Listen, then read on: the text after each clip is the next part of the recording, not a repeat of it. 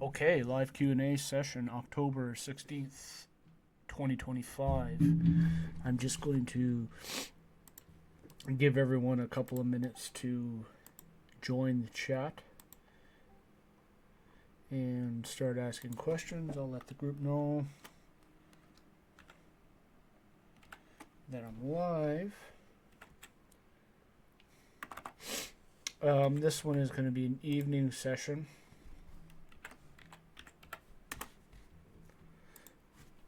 The last couple have been just at noon, so I wanted to do one that was closer to the evening. That way, people, if they're busy during the day, then they can kind of tune in here for an evening session. So I've got that set up. Nobody's in just yet, so we'll see what everybody wants to do here.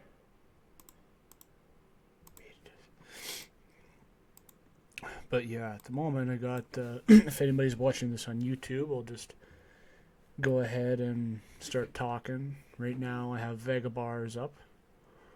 I'll just talk about random stuff. Vega bars is a bar type that I created. It's like volume and delta based bar. It's hard to explain. There's a little bit of Heikin-Ashi in there. But yeah, these bars are more or less based on volume than they are time. So if you see a rush of volume into the market and it's directional volume, then you'll see it'll create new candles. So I've actually really liked the Vega bars.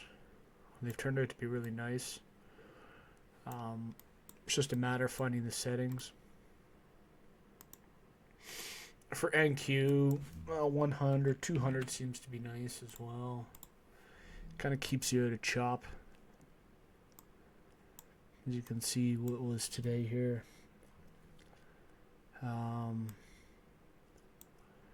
Where's the market open? So we have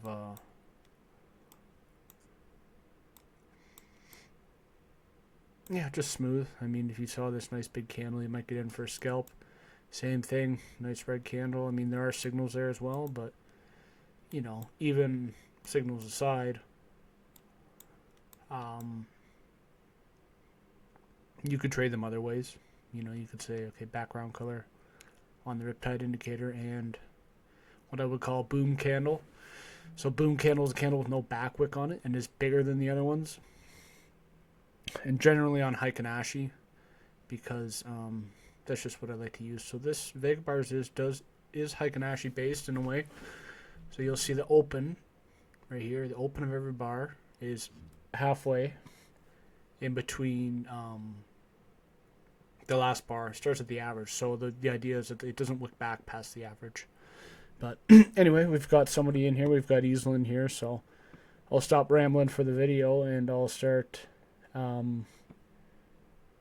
asking questions or getting questions from Easel. How are you, Easel? I'm good. How's trading been?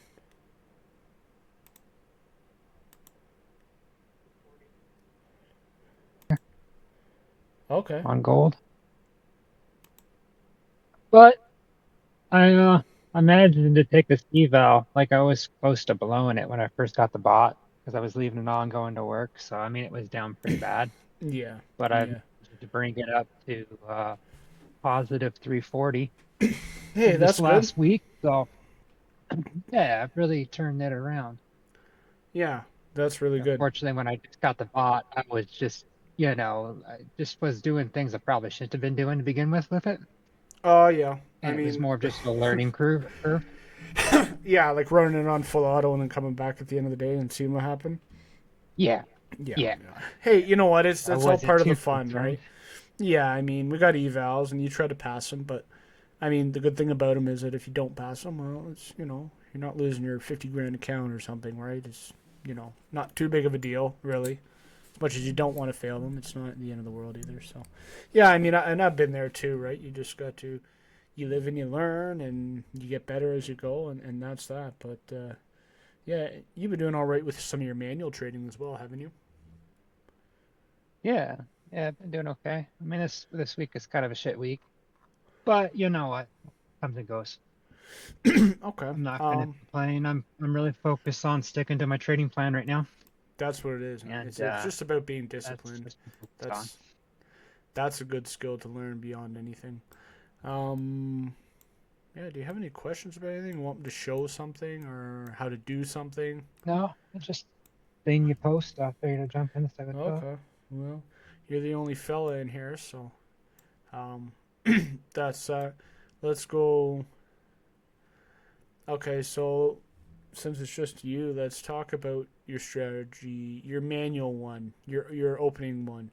You know that strategy Uh-huh. that you have where, well, you know what it is. I don't Yeah, have the to order. explain it to you, but yeah, explain that to me a little bit because here's why. Because Greg's making a specialized order block indicator for Richard, and Yeah, if I was refreshed on what your opening strategy is, then I can maybe see if we can add if we need to add code to the script to like suit your trading as well. yeah. Biggest thing is I just need it to print the fair value because you've got your opening range right now indicator, Yeah, which the might the need some active work. line. Yeah, I'm gonna Yeah. do update that. But yeah, so okay, but the indicator, but we need to automate it, right? So I do have like Yes. NinjaTrader. If you look, they have, and it was just in one of the recent updates. What do you call it? Fair value. They have fair value gap right here. Now this is built in, so I don't even know how it works. Okay, there they are there. Let me pull up a new chart.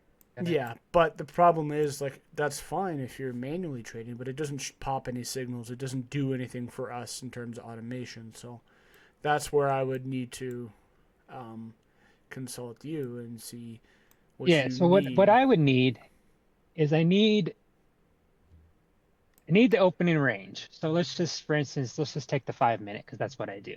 Okay. So on the first 5 minute candle, I need the bot to produce a line for the high and the low of just the first 5 minute candle. Yeah. Once price breaks one of the directions with a fair value gap with displacement, that's when I need it to enter the trade. Okay.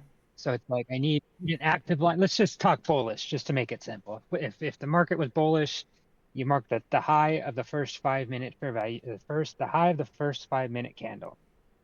Once the 1 minute candles break the high and produces a fair value gap, that would be the entry on the fair value gap. So once that third candle closes above the high, you can then enter. Okay. And the value gap just has to exist. Does price have to interact with Yes, the fair value gap, or it just has to exist? that doesn't have to, it just has to exist. Out of Okay. the three candle fair value gap formation, it does not matter which candle breaks the orb or the opening range price, but the important thing is that there is a fair value gap printed on the 1 minute chart. Okay. And then at that point, you would have you can then do a confirmation. There's other things you can do, but honestly, I have pretty good success just taking the first fair value gap. So if I can automate that, that would be sweet. So the first 5 minute opening range on the 1 minute candle, it breaks and closes above that range, and we'll say three candles back there was a fair value gap as well. Then that's your Yeah, or strategy. two. It would be two. Two, and it couldn't be Because before the because 5 minute because range, right? You wouldn't a fair value gap no. before within five One of the minutes. candles in the three candles has to be outside the range. It doesn't matter if it's the first, second, or third, but the important thing is that you get a closure outside the range with the fair value gap. And the fair value gap had to have happened within 5 minutes of that closure outside of the range. Is that correct? No, fair. You just need the high and the low.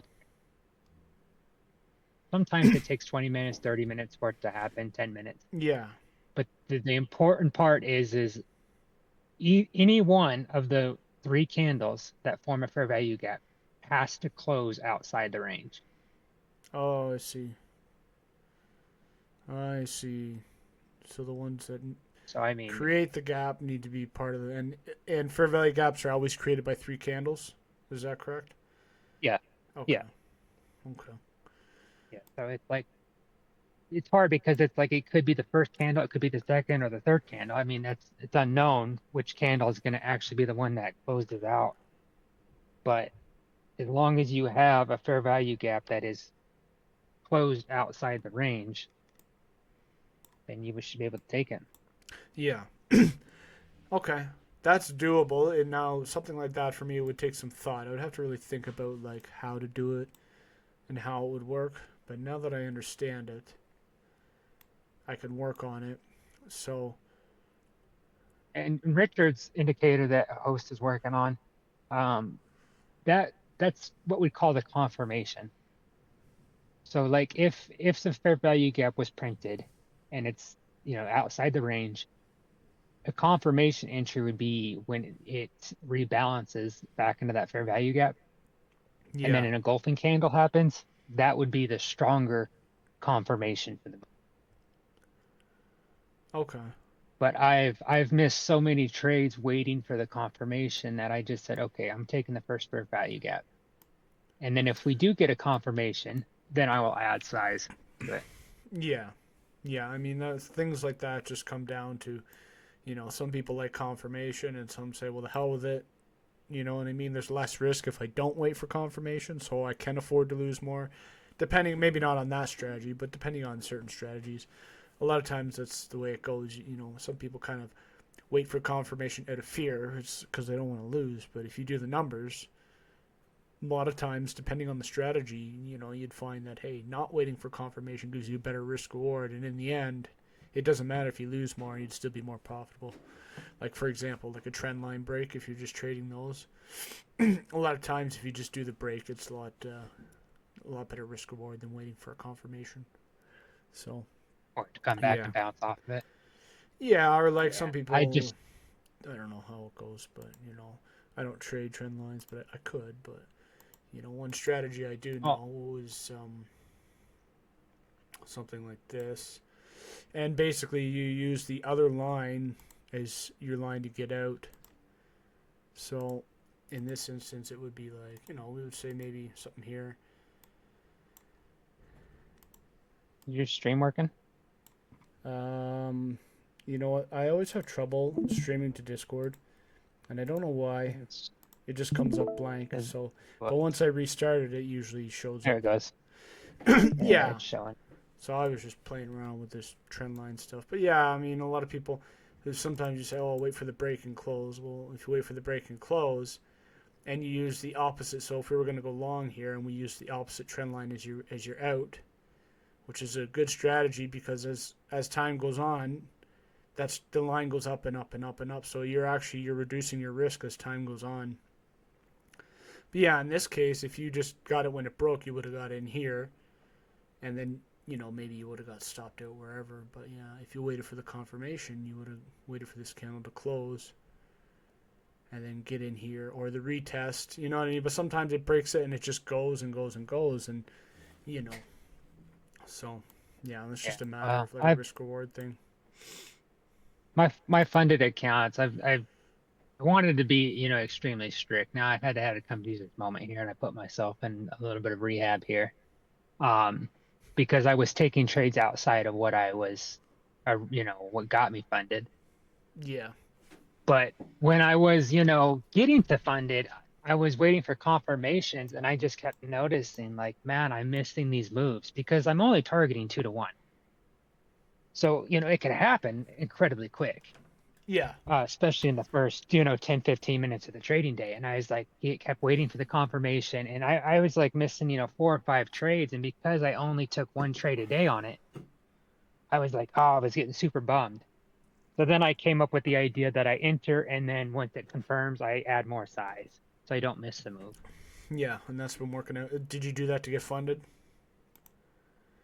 No, I've done that after I got After. funded. Yeah, yeah. Um, But this last week, when I got funded, I mean, it was my first funded account. So I'll be honest with you, I was a big, big girl to begin with. Like, I mean, I didn't want to trade size. I just was being like a pussy, Yeah, that yeah. I got scared, and I was just like, well, I need to stop doing that. And then I had a few days where I just kind of went off plan and just kind of wrecked myself. Yeah, I mean, So we've all been down that road. That's just part of the learning yeah, process. but I'm But on 3 weeks on this funded account, and I've been from $300 to plus $600 about 7 times. For some odd reason, I've hit this wall, and I'll literally get to 600, and then I'll go back down to 300, 600, 300, and it's just going back and forth. So I've really just tried to like stick to my trading plan now. Like now it's like I'm done jacking around. yeah, I'm just gonna do what I'm supposed to do, and that's it, and move on with life. that's what you do. Or what you can do is like I had multiple funded accounts, and well, I had 20, but sometimes I blow the first five. Maybe not all at once, but you know. So like the 15 I had was like my nest egg, and that I would never ever deviate from the plan on those. Like it didn't matter what. Like those ones were the nest egg. I didn't f around with those. I had a plan, and those ones always stuck to the plan. Now sometimes I would see things where I thought, okay, I'm discretionary, and I would take maybe one. Those last five, I would maybe take one of them or two of them and try them out on something. And a lot of times it would work, but sometimes it wouldn't. And but it kind of solved both of my like it solved got two birds Yeah, stoned at once, as you call it. So you got your good and reliable, but then when you got that itch, you can kind of get that out of you too. So yeah, I don't know yeah. if you. I would like to have an eval at some point that I can use for my itch. Yeah, That if I, or just honestly want to do a trade because I think that that's what's gonna happen, that I can take it on that. for sure. But I need to. I mean, I basically made myself 12 days, 12 trading day goal where I don't deviate. And I put it on a chalkboard right in front of me. And it's like, this next, well, not 12 days now, this next 8 days, I'm not doing anything besides the trading plan. Like that, I'm real stickler on this because last Monday or this Monday, man, I hit max loss. But it was really sad that I hit max loss. And then the trade that I should have taken was a banger. Oh yeah. And because I fumbled it, doing Yep. my own thing, I didn't get a chance to take it. And it's like, man, that was an eye-opening experience. Like, bro, you had that itch and you fucked yourself. And not only did you screw yourself, your trade that you should have been in was an absolute banger. Oh yeah. So anytime that you think that you know something in the markets, it would be the every time you think that, it'll be every time the market will tell you, no, you don't know shit. You know what I mean? If you think you try to go on Yeah, your that's own and go exactly. like, oh yeah, Yeah, I think this is gonna happen. Anytime I've done that or seen anybody, I mean, it just goes, sorry, good luck with that. I yeah. mean, you can't have an ego around here. So, yeah, I mean, but I've done it in Asia too. I had 3 or 4 days in Asia. It was really good. It's like, all right, I'm gonna load my funded account. Max loss. Like, come on. uh, Like, but you got to learn. I mean, and that's part of it is I think this last week was a great learning experience of just stick to your damn plan.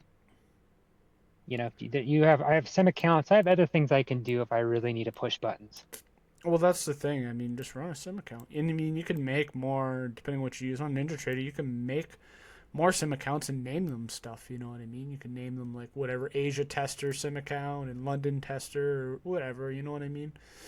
So then you can kind of track your results in each session or whatever, each style you're trying to play around with. I mean, it's good to Well, the learn way, too. It's good to try stuff to learn too, but just on the right account. but the way I recovered this eval on the bot was literally just targeting that couple $100 and then being done. Yeah, I mean And it's that's just like it was a fantastic recovery, but I've been really strict on, when I make a couple $100, okay, you're done. Whether that happened in the first 5 minutes or it took an hour, it didn't matter. It's just like that's just because I didn't. Now that I've recovered the eval, now it's serious. Because before I was like, okay, well, I'll blow the eval and it'll reset when it resets because I'm going to have it anyways reset. Yeah.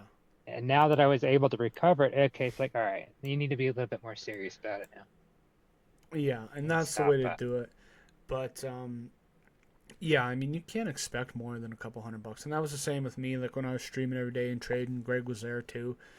You know what I mean? Like my goal was not much. I had a bunch of accounts, but like $40, $60. If I hit $80, I would just close it out. If I had a couple trades on, because sometimes I would trade multiple instruments at once, just as what I would call a sympathy play. So say the NQ was setting up really nice, but then YM looked like it was kind of going to do the same thing as well, maybe not as nice. So I would take them both long, and then you Okay. know and sometimes, yeah, I mean, if I see, you try not to look at the P&L, but I see it at $80, I just cut it out because my goal was like 130 a week, I think, per account. So I mean, times 15 accounts or usually 20, but sometimes I wouldn't trade all of them. Yeah, I mean, it adds up. So that's what you really got to keep your eyes on. Even if you got one eval, even if you're making $20, well, what if you had 10 accounts copied doing the same thing? That $20 a day is now $200 a day. You know what I mean? So it really adds up. Yeah. So it's just really important to keep a reasonable mindset about the money part of it. You know what I mean? You only have one account, but the real way to do it is to copy a bunch. But you don't want to put a bunch of money into accounts and copying if you're not disciplined enough to do it right. So And there you go. now it's going to be your Yeah, little there you tester go. for yourself, right? And then if you can prove, that you can do this one right, then yeah, you can prove that you can do 5 of them right, and you can prove you do 10, 15, whatever your broker. I know they don't all allow 20. I had Apex, they allow 20, but a lot of them will allow at least 10 now, which I mean is very sufficient. Even Yeah, no, for real. $40 a day on average, right? That's 400 a week. I mean, 1600 a month. Like fuck, that's all right for a side gig. Yeah. So I don't think you can ask for too much of it, and that's kind of now where the fine line when you start asking for too much from the market, yeah, it but generally slaps in the face. that's the thing about copying the counts is you're not asking for any more from the market. You're not asking for more money. You're not asking for more trades. You're just doing exactly what you were doing, but making more money doing it. So that's the cool part about that. But yeah, like you said, you got to work through these things. You know what I find trading? I found trading to be more of a mental and physical thing than it was a skill thing, which is kind of crazy. I mean, obviously Yeah. you've got to put a lot of time into the charts, but you got to put a lot of time into yourself as well. And I started doing really good when the rest of my life was in order. When I was eating properly, when I was getting exercise regularly. I mean, I had a physical job before, but um, but it's like the way they say, like the way you do one thing is the way you do everything. And yeah, I used to be a mechanic, and it was like 100%. they would say, when I was an apprentice and stuff, my boss would say, well, keep your toolbox clean because if a customer comes in, I worked on heavy equipment too. So, guys are paying 300-400 grand for a truck, and he would say, if people come in and they see your toolbox is a mess, they're going to think, your work's going to be just as bad. So the way you do one thing is the way you do everything. You keep your toolbox clean, you keep your workplace clean, you keep your jobs proper. You know what I mean? So, yeah, I think that's part of it too. I mean, if somebody just I don't know, just doesn't treat themselves well and doesn't live a somewhat disciplined and somewhat healthy lifestyle, I think it'd be really hard for them to trade successfully and be disciplined. Because if you're only practicing discipline when you're trading and you don't practice it anywhere else in your Absolutely. life, it's going to be hard. So that was a big thing for me. Was just practicing whatever little things I could, being in a proper routine for work. I mean, I worked under contract, so I didn't necessarily have hours. I think you're kind of similar where you kind of do your own thing, right? But I don't know if you have set hours, but I didn't really have set hours, but I set my own, and I made sure I was there 5:30 in the morning. Like, I could have showed up at 7 or 8, but I just felt it was better to be there early and be there for the people I needed to serve. So I mean, that really I helped my think trading a trading lot. is an eye-opening experience because it's truly it takes the experience of your failure. The things of where you're lacking in life and in trading, whether that be greed or whatever it may be. I think in trading you need to go through that time to truly experience yourself. Yeah, you And learn a lot about when I'm yourself through trading. undisciplined, Hmm. it shows dramatically. And it's all like, for me, these 12 days I'm gonna smash out. And I'm not gonna fuck it up because I understand like how I got funded was being disciplined. And the moment I deviated from that, it showed dramatically. So it's like I just need to get back to basics. I'm just whatever my setup is, take my setup. If it doesn't happen, it doesn't happen. Yeah, I mean, And stop fumbling around. realistically, like I've been through doing this for a long time. I've been in a lot of groups and I've talked and met with a lot of people over the years, and some of them who you don't know if they're good traders, but some of them you know they are, and you've talked to them and I've seen them, and I've got to know some people, and I remember one guy, he was pretty successful and he ran a group, but he did more market analysis for the group. He wasn't really a trade caller because he didn't trade enough to call. So he would give them like market analysis, give them levels he's watching, this, that, and the other thing. But, you know, if the guy took 3 trades in a week, that would be a big week for him. Normally he was taking 1, maybe 2. And, but that's all he needed, right? He'd hammer him out for 20, 30, 40 grand, just one trade, and that's all you need, right? So, the point of that was that you gotta like think like a whale to, you know, trade like a whale to become one, kind of thing. A lot of people, they start off with these small funded accounts, which is great, but then they trade like they're on a small funded account. They don't trade like they're on a big account. And they try to make 20 trades a day. Well, if you had a $5 million account, would you try to be making 20 trades a day and try to be making 50 to 100 grand a trade or 200 grand a trade? No, it's ridiculous. But if you trade as if you did have all that, then slowly it'll come. You know what I mean? So I guess it goes back to what I was saying earlier, which is just like, trade small, trade infrequent, but trade accurate, because it'll all build into something 5-10 years from now. I mean, that's, you double up every couple of months. I mean, you could be doing really well. So yeah, Absolutely. I mean, that's I think once you get the discipline hammered out, well, that's it doesn't matter what strategy you use. It doesn't matter any of that because you're going to be disciplined. You're not going to be over trading. You're just going to be, all around at that point a trader.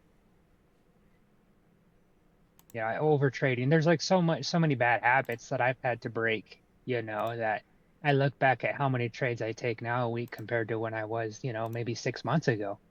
And it's astronomically different. Is it less or more? And it's like less. And it's like I would love to even cut it back more now, and it's like I just think, the more time that you're risking, the more time opportunity for you to get your ass handed to you. Yeah, that's it. I mean, the more But time in the market. I don't throw big size around. It's like I'm trading right now, like when I enter like in the Dow, there are 5 micros. I'm comfortable with that. I'm comfortable with the loss. But then, I see like Rick Richard, he trades minis, it's like, damn, it'd be so nice to make, a grand on that trade, But yeah, you just got to look at the he's risk. comfortable with that.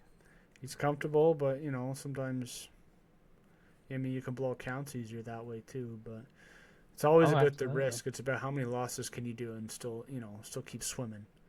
So, trading minis is fine if you got the account, but he trades, sometimes he's got those 20K accounts too. So that's a whole different story. You have 7,500 drawdown or more. So it's a little bit easier to stomach a mini, but, yeah, you don't have to do anything different. As long as you got your risk reward in check and your win-loss your profit loss ratio and all that, just do the same thing you're doing.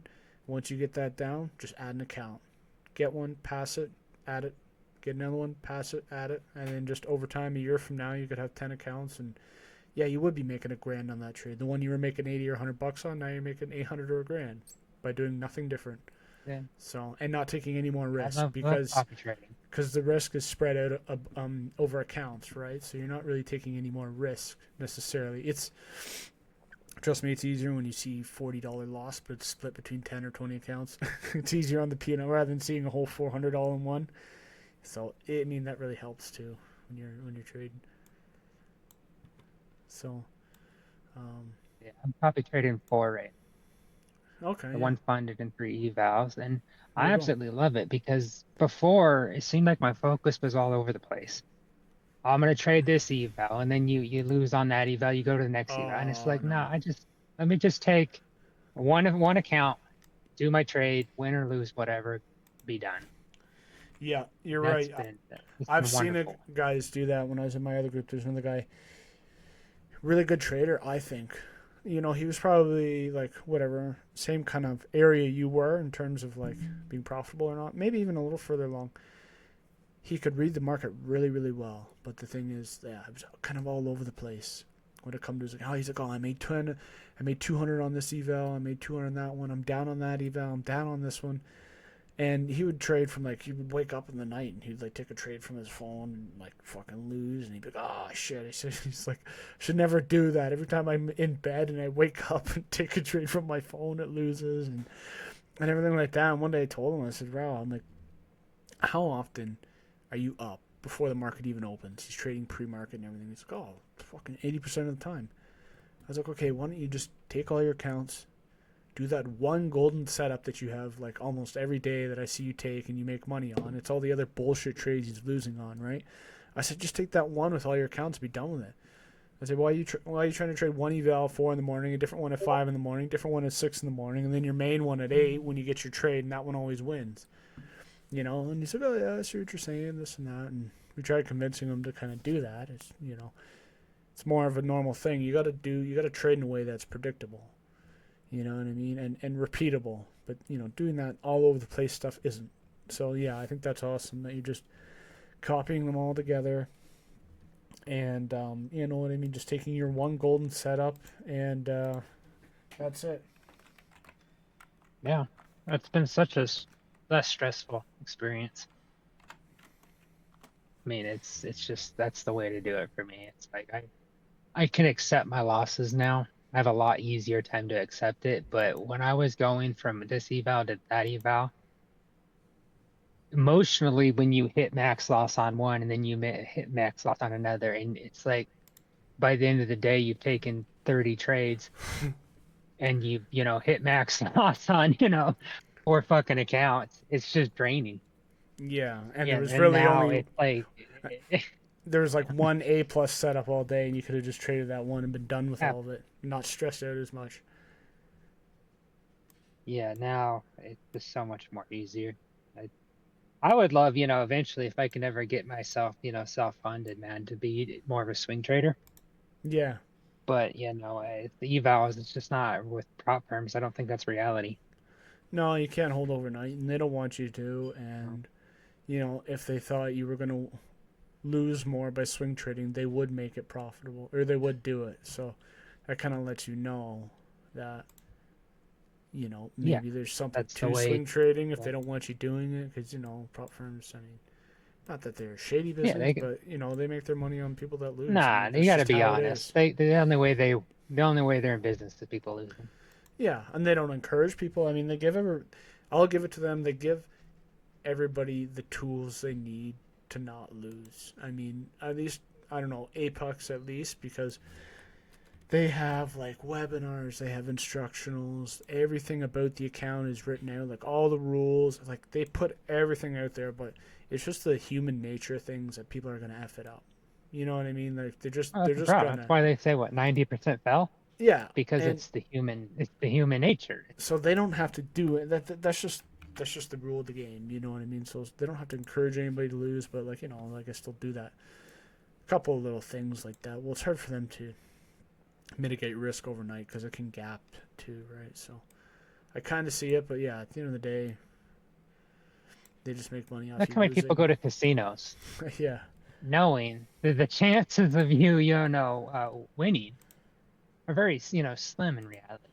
yeah, you But have like people negative people edge. go in there hand over fist, and they do it. And I think prop firms, they're here to provide a business, and for the 10% of people that have the discipline and self-control, yes, they get paid, but I guarantee you they're making a shit ton more money than they're spending. Yeah, So, it is what it is. They don't have to try and make people fail. It's yeah. just gonna happen, right? So, but yeah, so that kind of goes to tell you, like, if they thought they were gonna make more money by letting people swing trade, they would let you do it, right? So they don't. But anyways, yeah, we got another person Think here. you get more lucky on swing trading. Yeah. What's going on, Host on Host. Logic? Starting my night, man. Fun time. What are you up to? I am going through Berkeley right now in West Virginia, and I'm heading to Virginia tonight. Yeah. I've got a 2 a.m. delivery. I'm going to be there at 1 in the morning, but yeah, I've got a 2 a.m. delivery. That's interesting. Yeah, not much going on. Yves and I were just chatting. He didn't have too many questions about anything, and nobody else really joined. So I'm just hanging out and whatever. Unless you got questions about anything, Host. Got your. I can show you the new indicator if you want. Yeah. You want to see a little bit about that? A sneak peek for everybody. I think we'll show them on the podcast anyways, but we can show a little sneak peek. So the indicator is... I didn't change the name yet. I was talking to Yves about the fair value gap, so kind of understand what he's looking for, and now I just got to think about how to code that. Yeah. Oh, what do we call it? It's like a chop indicator. I'm here. starting to do that immediate rebalance indicator for Richard. So Yeah, that's a little bit different than how Easel uses Yeah. it. So he's doing an orb with a fair value gap type of a thing built into it. Yeah, so I didn't know if we could put code into Richards to make it work for him, but maybe, because it just has to be basically, well, a fair value gap happens in 3 bars, right? So we could just say a fair value gap within 3 bars on generator. And because it has to be that one. Yeah, but it's also of the orb, but it has to relieve the orb, though, or be part of the Well, that's orb different breakout. condition in generator. We can do the opening range, right? So it would be like a break of the high, the opening range, and a fair value gap, which within, is actually the indicator that I'm working on. Within 3 candles. So it just needs to pop a signal when the fair value gap comes up. But you don't know, but the fair value gap might not actually be there before. Because it can happen on the first, second, or third. It'll take a bit of thinking. Yeah. But it's almost like you can make the orb a state, and then when that state is positive, and then you get a fair value gap, that would be a combined master signal potentially. Yeah, I mean, but the thing is, what if we got a fair value gap at 9 in the morning, and now it's 9:35? It would still be in the, and we didn't get a different one since then. It would still be in the positive state. Yeah. It needs to be within those last 3 candles. So that's why Richards is a little bit easier, because he's just looking for a retest with rolls of the midline, and I was able to. That's why I had to create my own fair value gap logic from scratch, because it really focused on the midline, which the built-in one doesn't have midline. Midline logic already in there. And then closing, and then the whole bullish. Jeez, Easel, why are you so difficult, Easel? Richard's so much easier. Right? Yeah.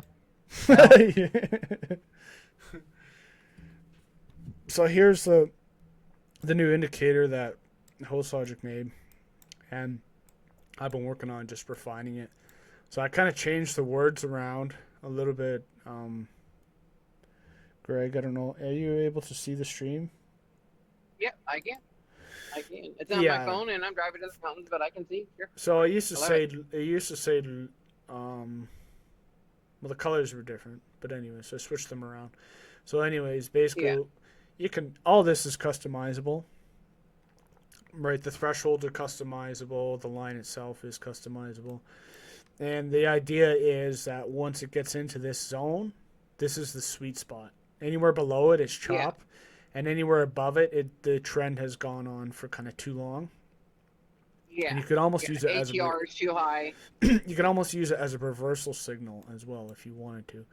But because usually when it pokes above that, it's turning around by that point. Yeah, and another cool thing is, so up top we've got this data box, and it shows you what each value is, and it shows you what the weight is. So right now ATR is a weight 1, ADX, CCI, they're all the same weight. So you can change the ATR weight or change whatever weight you want, and it'll display there. But the other cool thing is, if you want, the box changes color with the line. So right now it's red. If the line down below turned green, this box would turn green as well. And if it went yellow, then the box is going to turn yellow as well. So it'll match the state of the line just for like a visual. You know what I mean? Yeah. And you can turn that on and off. If I go into indicators, not in a data series, I just put a simple option there that says match info box to signal line color.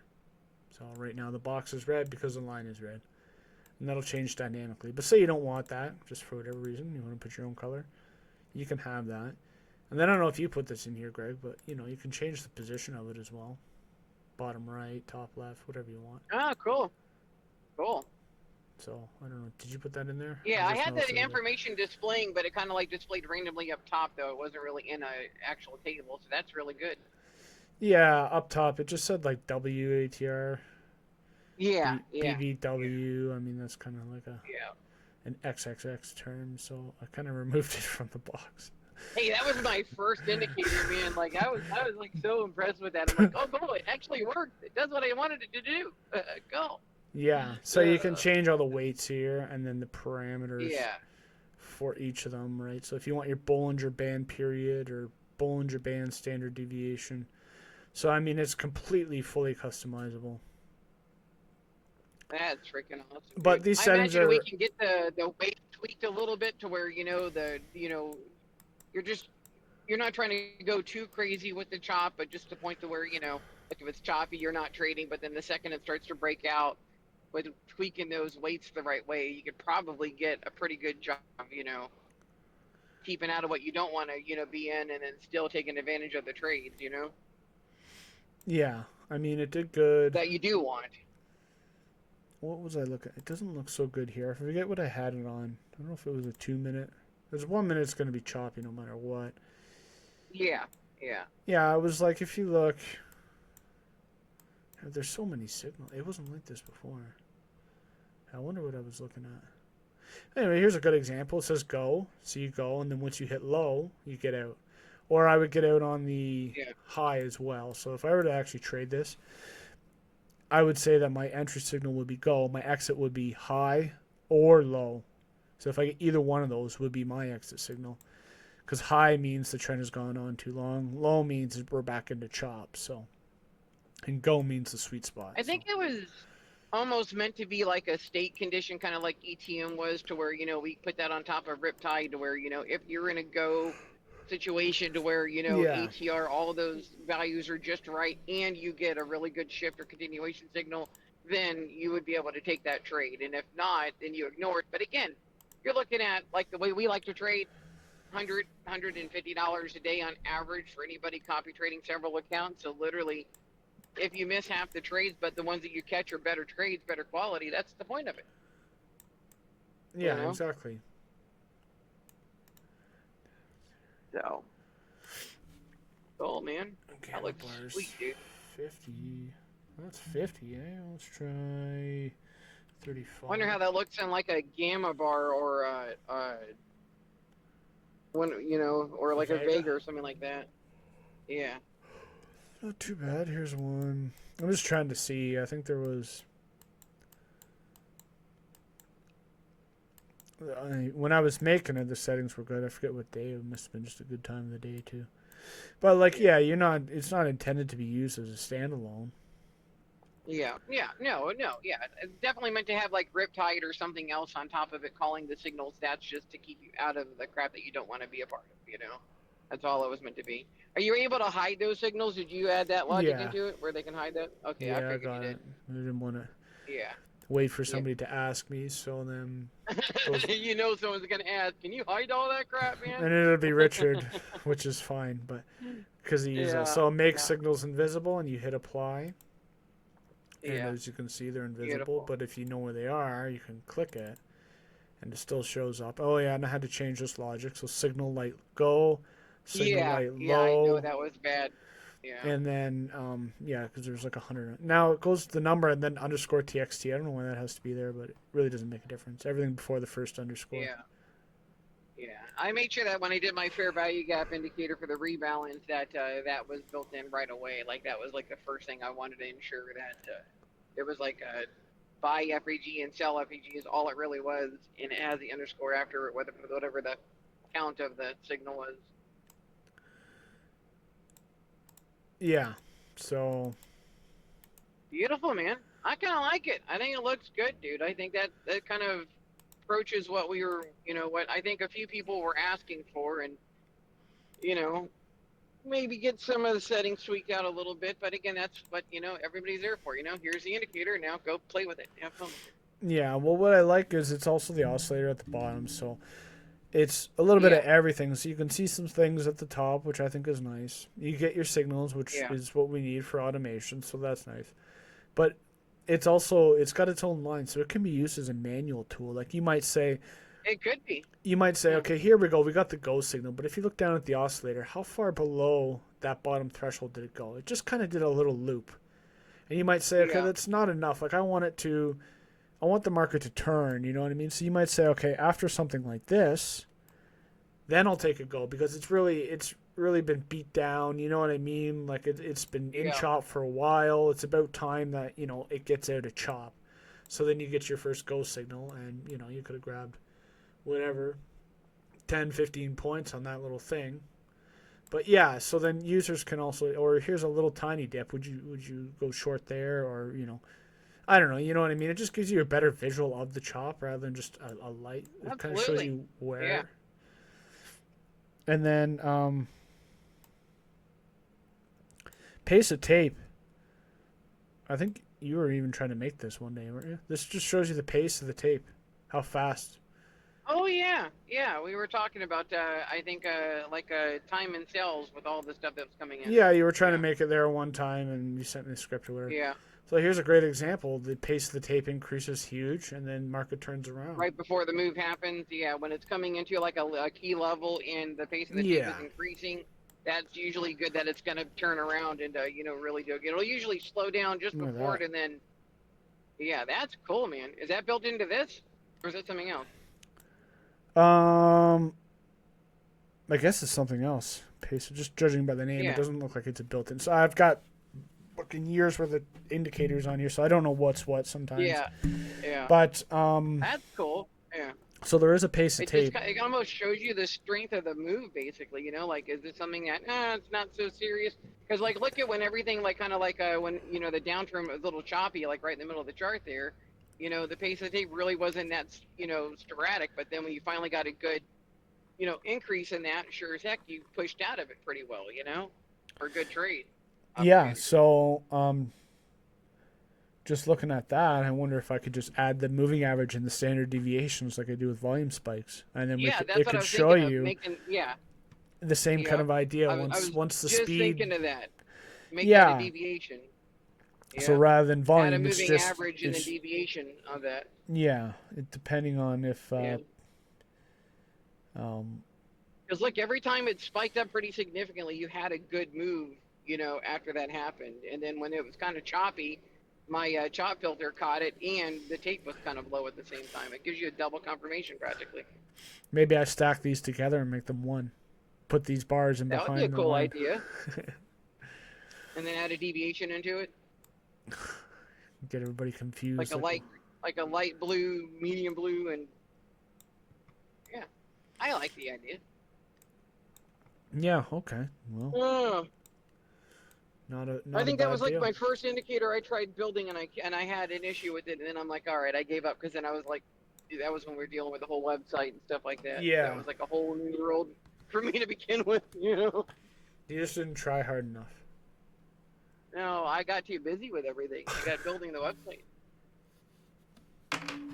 I know. I see lots of people online go, try making an indicator. It just gave me errors. It's like, well, okay. Well, did you give it 3 days and try to get through it? I mean, that's the only. that's the only difference, right? It's like how long are you gonna work through? Well, like when I built the first fair value gap indicator, I was building it through Grok, and it just was not doing the way I wanted to. It just kept on reading a whole bunch of past fair value gaps, and it looked honestly like crap.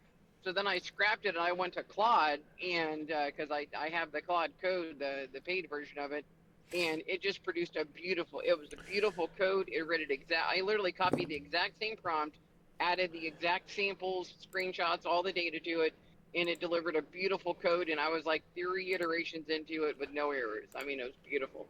Yeah, So I mean, good stuff. definitely, Some definitely AIs, stuff here. different AIs are good at different things. So there's sometimes where I gotta switch. You just know that you're running into a roadblock, and you're like, okay, I gotta go try something else, or switch or something. Or just start with a new conversation. Yeah, too. I've had that too, where it leave. just gets retarded on you. I've had it like fixing errors, and it's like, okay, well now to fix this error and that error, I said, I didn't say anything about errors. We fixed those like 5 iterations ago. Why you start talking about errors again? Oh, sorry, you're right. I misread what you said. Anyways, back to fixing error 238. No! I had to do that when I was doing the MIDI chart logic for the trader dashboard. I'd had to start every conversation with, we finally got this working and it's not blowing up and it's not doing like 30 API calls just to refresh data one time. Because I had to get it all cached and stored in an edge function, and we finally got that done. I was adding one feature to it, and then it blew the whole thing up. So I had to revert back to the previous code and then be like, look, we finally got this working. Let's not break this. I just want to add this over here. It has nothing to do with that. Don't touch that. Yeah. It's like I had to literally start every conversation like that.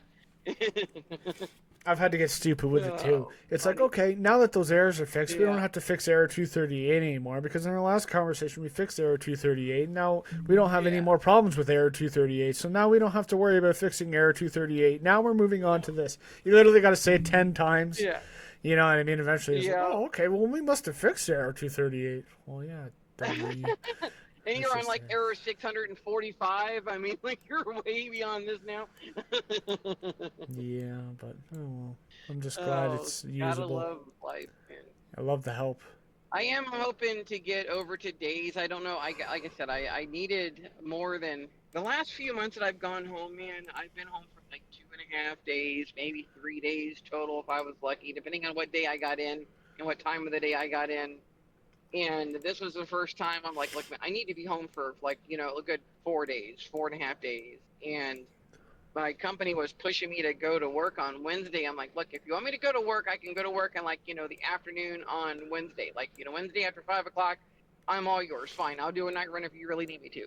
Sure as crap, they freaking sent me a load to pick up, and it was 4.5 hours away from pickup. And I had to pick up at 10 o'clock at night. I had to leave at 4 in the afternoon to be able to make the freaking pickup on time. Oh, yeah. I was furious, dude. I mean, I was like literally packing all. I mean, because I had got the mini PC, the i9 mini PC done and working correctly, and I got all Windows installed and it was working great. Got the laptop working great, kind of. I got most of the stuff there installed, but it is working and signed on to everything. And I had to like literally pack up like 4 computers, freaking 3 monitors, a keyboard, 4 mouse, like all my freaking stuff, plus all my clothes and everything. And I had to like leave at like 2:30 to get to the truck, get the truck cleaned out, get all the groceries and everything put away, and then just make it, through traffic. Of course, you didn't until 4:30 in the afternoon in Knoxville, Tennessee, so we got rush hour traffic we're dealing with too. Oh, yeah. Wasn't fun, man. I really hate this job. I really do. I'm just trying to figure out Fibonacci circles. I don't want nothing to do with that, man. Why not? I mean, it's got to be useful. I wouldn't have put it in here if it's not any use. Oh, sure. Everything's so useful. Wow. I don't know, man. Well, you never use Fibonacci extensions? Okay, I feel like this could be useful. I do use Fibonacci extensions, actually. That is something I actually do, believe it or not. What about Andrew's pitchfork? That I don't use. That's like that. If you take your range. I do like the extensions because that's just a deviation away from a Fibonacci level, which is pretty cool to have. If you're trading like the quad rotation setup, this pitchfork would be good. Because you got to find your channel, and then you got to find the divergence, and then the breakout of that channel. So it just tells you basically the top of the channel, the bottom of the channel, and the center line. It's actually a decent little indicator. I No, mean, I actually did use that for one time, and yeah, I think trading, you had a good copy of it to where that was like red on the bottom and it was, like sure, a yeah. gray on top. It was pretty I wonder if I useful could make a actually, I live. think. I could make a live pitchfork where the lines are interactive. I got to get that fixed. But and then the GAN fan. I don't know. Oh man. I'm not I sure. have been looking at a lot of really, really good uh, Python code just because of the whole Python talk with everything. Okay, does my thing work? Oh, thank you. Sometimes my easy pass works, sometimes it doesn't work, so I always have to go in the cache line because it literally just decides to work 1 minute and won't work the next minute. Order flow VWAP. Oh, look at that! You can Oh, do an anchored order flow VWAP. So if you wanted to anchor it at whatever time, let's say 16, which would be the evening open here, bang, you can get a VWAP with standard deviations. So right now we're just hovering from market open here at night. We're just hovering right at VWAP almost. Or no, we're down just below VWAP, but above the first standard deviation. So we're within 0 and 1. But it was down though, pretty low down there. So that'll be a good place to take a long.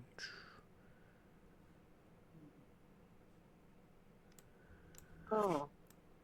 I've got a really good Bollinger Band 5 minute Python script that pulls like 3 years of data all in a 5 minute candlestick. It's got like 39,000 columns of code and a CSV file. Oh yeah. Ah, cool data, man. I do like the deviations. I think that's something that would be really cool to be able to build into, like when you get to the second deviation and then you get a short signal and riptide, that would be a cool condition to have. Yeah. Well, deviations is great because it's relative to the day. You know what I mean? Yeah, So it's relative to that current session, or exactly. or whatever the period is. I mean, this is an anchored one, right? So I Yeah, could have started at 2 day. I could have started at the start of the week if I wanted to. It's just so yeah, you know where you are in the week, and then you can run a daily one within it, so you can see where you are within the day too. But yeah, I mean, it just tells you where you are and relative to the yeah, rest of the market. So it's great. It's like ATR kind of thing. Like it's something that adjusts with the market. You know what I yeah, mean? So one standard deviation isn't always 100 ticks away from current price or from VWAP. It's it's dynamic. It's different. So it just depends on how wide the range of the market is. So you might think, hey, this move was a big move here from 24,849 to 24,750, which is almost 100 points. But then you realize, oh, well, I mean, I guess that was a good spot for long. But there's certain times when you have moves like that and you realize, oh, we're just at VWAP or we're just, within the first standard deviation below. Like, we're really not that extended. It's where we started up almost at the third. That was extended. So I do really like that. Now, who's to say, like, maybe you do moving averages too? You could do the same thing, like with a 10 moving average plus the standard deviations. I've got. I just sent in a couple screenshots in chat because I can't share my screen because I'm just on my phone. Okay. But I sent a couple of screenshots in chat. I don't know if you can pull chat up. And that is basically the Bollinger Band and VWAP at the same time. And it's basically calculating when you've got 15 candles above VWAP, 15 candles below VWAP, and then it starts looking for a Bollinger Band bottom area, basically. It's like a deviation of the Bollinger Band is what you're looking for. And then it's Nice. taken a trade. And it's actually had some pretty good results. And this is, again, 3 years of data, roughly 39,000 lines of or columns of code that this took it off of. And it's nothing spectacular. It's like, I think like a 1.6 profit factor. Yeah. So, I mean, it's nothing like, it's real. It's like, it's not like overfit data, basically. It's not like a 3 or 4.0, like that's crazy. That's just BS code right there, like that's a lie. Yeah. But it's actually got a real, ratio, and it's only got like roughly a 49% win ratio, but it's using ATR for your take profit and stop loss, and it's all dynamic because ATR is dynamic with trend, and it's actually pulling all that with you, and it's 1.5 times your stop loss. So even with a 49% win rate, doing pretty damn good, because I think they started that account test with $100 in it. I mean, like nothing crazy, like realistic, real money that you could actually start with. Who did And that? that's You? kind No, it's a guy that I'm learning Python from, Okay. and I actually have that code. And he actually, what he does is he starts out an entire stream with here's what his strategy is or his idea is, and then he'll build out the entire code. But he actually lets you download the code so that way you can follow along. And Oh, okay. when we do a Python script, we do it in a Jupyter notebook because it kind of like separates your code very well. So you can kind of see, okay, this section deals with, your where you're getting your data from. This section deals with how your entries are handled. This section deals with what libraries you need to install for this particular script. And then you just kind of go, through building the entire script from scratch and then running the script. And then these are the things that, we can start playing with and adjusting and start getting better results on. But it's really cool because like he showed me how to, instead of always using say this is based on 3 years of learning data. It learned off of 3 years of data, but when you're starting to just adjust your script and learn it, you don't want to do 3 years of data right off the bat. You actually want to do something in the neighborhood of like say 2 months of data. Like you just want 2 months of data to start with. You don't want 3 years worth of data because it's going to take you all night to start making your adjustments. But if you can start making your adjustments on a couple of months and you start getting better results, then you can train it. So there's like a Yeah. temp data series and then a permanent data series that you're able to test your and train your data on. Man, I'm learning a Interesting. lot.